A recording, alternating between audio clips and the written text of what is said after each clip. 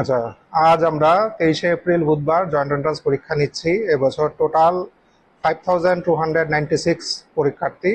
Out of them female হলো 2781 and mail 2515। আচ্ছা, total 15টা সেন্টারে পরীক্ষা নিচ্ছি আমরা। এর মধ্যে 8টা আগরতলাতে মানে ওয়েস্ট ত্রিপুরাতে, অ্যান্ড বাকি সব জেলাতে একটা করে এক্সাম সেন্টার আছে আমাদের।